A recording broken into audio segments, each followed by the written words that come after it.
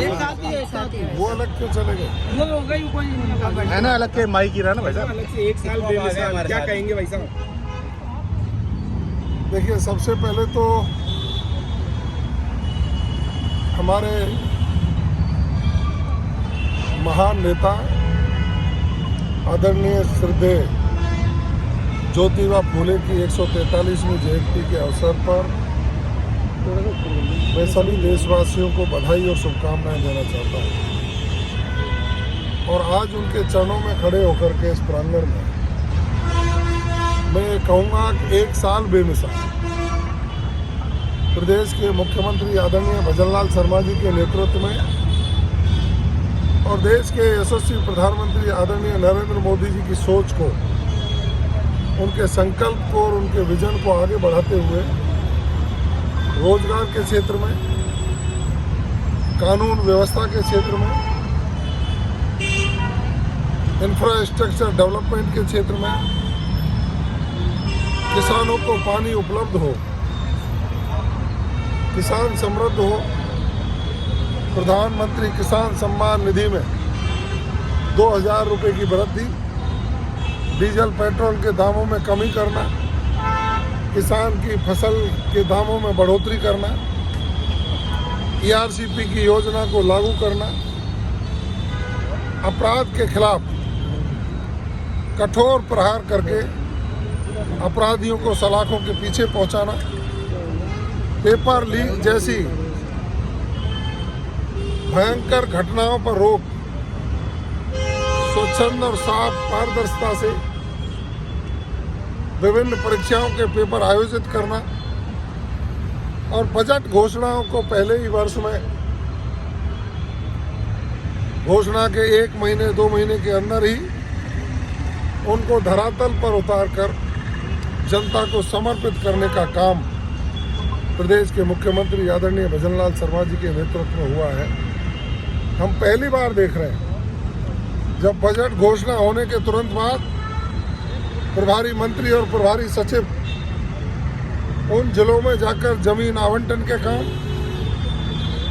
जनता के बीच खड़े होकर के उनकी सुख सुविधाओं की वृद्धि, उनको धरातल पर उतार करके जन उपयोगी कामों की शुरुआत करें। वरना तो पिछली सरकार के दौरान हमने देखा था 4 साल जनता रोती रही, 5वें साल में रेवड़ियां बांटने का काम किया। माननीय पूर्व मुख्यमंत्री जी ने अपने फोटो घरों में पहुंचाने के लिए 48 डिग्री टेम्परेचर में लोगों को धूप में खड़ा करने का काम किया।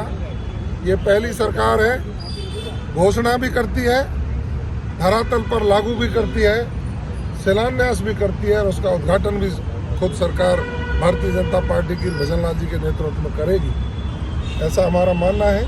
ये पहला वर्ष है और अभी आप देखिए जनवरी, फरवरी, मार्च अभी आने वाला है और दूसरा बजट आएगा। राजस्थान स्वर्णिम राजस्थान बनेगा। रिसर्जेंट राजस्थान के माध्यम से विदेशी और देश की बड़ी कंपनियों का निवेश राजस्थान में लाकर युवाओं को रोजगार के अवसर प्रदान करना और इस प्रदेश की आर्थिक स्थिति को मजबूत करने का काम करने का संकल्प माननीय मुख्यमंत्री जी ने लिया है।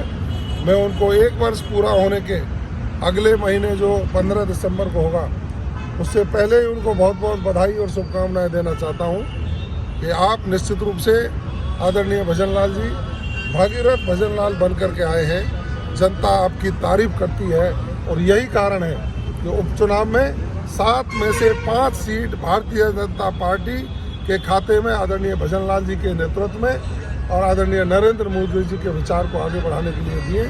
मैं जनता को भी साधुवाद और धन्यवाद और आभार व्यक्त। मैडम जी 1 मिनट, अशोक गहलोत यही से आज अभी EVM को लेकर के जो कांग्रेस सवाल खड़े कर रही है, अशोक गहलोत जी भी यहाँ पर कुछ तो अर्पित करना है। उन्होंने कहा कि लोग भी मांग कर रहे हैं, सुप्रीम कोर्ट का पुराने जजमेंट का भी हवाला दिया और कहा कि जो हरियाणा और महाराष्ट्र में जो चुनाव परिणाम हुए ना उसकी वजह यही EVM है।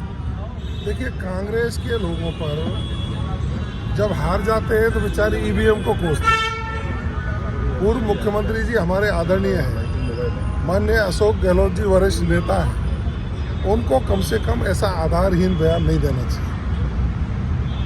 आप देख रहे हैं, मैंने कल सुना था कि कि माननीय खड़गे जी ने कहा है कि हम यात्रा निकालेंगे ईवीएम को लेकर। अरे माननीय खड़गे जी, आपने खाट यात्रा निकाली थी उत्तर प्रदेश में, क्या हाल हुआ आपका? राहुल गांधी जी जिनके वंशज हैं, जवाहरलाल नेहरू जी के जमाने में देश तोड़ने की साजिशें रची गई। उन्होंने झूठ मूठ की भारत जोड़ो यात्रा निकालने का काम किया, उसका हासिल क्या हुआ? अब आप ईवीएम के नाम पर लोगों को गुमराह करने के लिए जो यात्रा निकालने की बात कर रहे हैं, जनता आपको समझ चुकी है। जनता अब गुमराह नहीं होगी। जनता चाहती है कि उनका मजबूत नेतृत्व विश्व का नेतृत्व करे, जो धारा 370 खत्म करके 35 से खत्म करके एक भारत श्रेष्ठ भारत के सपने को पूरा करने का काम करें, जो आम आदमी के विकास की योजनाओं को धरातल पर लागू करके उनको राष्ट्र की मुख्यधारा में जोड़ने का काम करें, सनातन संस्कृति और विरासत संरक्षण का काम करें और इस भारत को विश्व गुरु बनाने के रास्ते पर लेकर के चले। ऐसे महान नेता नरेंद्र मोदी जी के नेतृत्व में ये भारत 2047 में विकसित देशों की श्रेणी में शामिल होगा। धन्यवाद।